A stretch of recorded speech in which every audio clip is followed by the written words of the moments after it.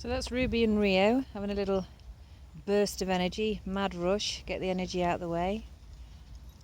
And then this is little Lady H, Asbo, Harper, whatever you want to call her. Very, very nervous little girl, very timid. She's starting to snap a little bit at other dogs and people, and it's just nerves. She needs to build that confidence, but at the same time, she cannot be treated like a princess. Okay. All right, she can't be treated like a princess. She's got to be treated like a dog. If we're picking her up all the time and doing lots of soft talking, that's them too, and doing lots of soft talking with her, what we're actually doing is encouraging her to be timid. We're telling her that we need her to act out and perform and take over and do all, all the important, responsible stuff. And that's not what we're telling her at all. We're telling her that we're in charge, but we're going to do it in a very matter-of-fact way, because that's what will give her confidence. Soft talking and picking her up will not give her confidence. It will make her worse. So these two are having their mad dash about. So in the previous days that I've had Harper, she's beautiful, but she spent her days mainly with Roscoe, because he's Mr. Calm, Mr. Confidence Giver. So now I've put her today with these two. Lots of fast movement. Fast movement will trigger any dog, especially if they're nervous. So she needs to get used to fast moving. She needs to get used to dogs running by her, and it doesn't mean anything. So she's just watching these. Whenever they come close, she'll do a little squeak. She's a little bit nervous. I don't give her soft talking. I don't pamper her, because if I was to do that, I'd basically be saying, yes, I'm scared too when they come running towards us. And what we need to do is build her confidence so she knows that we don't have to worry.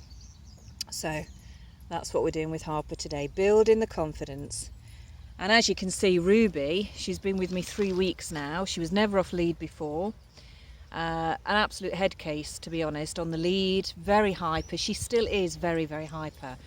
She's a very highly strung dog, but she's extremely intelligent. So there is the potential for her to fixate and for her to get over excited, over the top, and to nip and mouth, because that's their only outlet when anything starts to stress them. So she needs calm. She needs a calm environment. She needs calm people. She's absolutely fine with kids. Obviously, I've got Joe, he's 9 years old. She's fine with him. But if she was with a house full of kids, their energy, their fast movement, obviously kids stress us out. We will shout at them sometimes. We'll get cross with them sometimes. And that energy will have a negative effect on a dog like Ruby. And it will make her very hyper and worse. So she needs calm for that reason. But it doesn't mean that she can't be around kids, because she can. She's fine. But if she was living with them on a day-to-day basis, it would be a little bit too overwhelming for her, and you would get a very hyper dog. And when you have a hyper dog, you have a dog that doesn't actually know what to do and can't be calm enough to learn about what to do. Stalking. So that's why Ruby needs calm. But she's coming on in leaps and bounds. A recall and her off-lead work, I cannot fault her. She meets other dogs, she's not over the top, whereas before, with the previous owners, she was very reactive with dogs. We didn't really know if there was aggression there or not. Well, I did, because I could tell from her body language, but because of that, she hadn't been off lead, and because she's so hyper.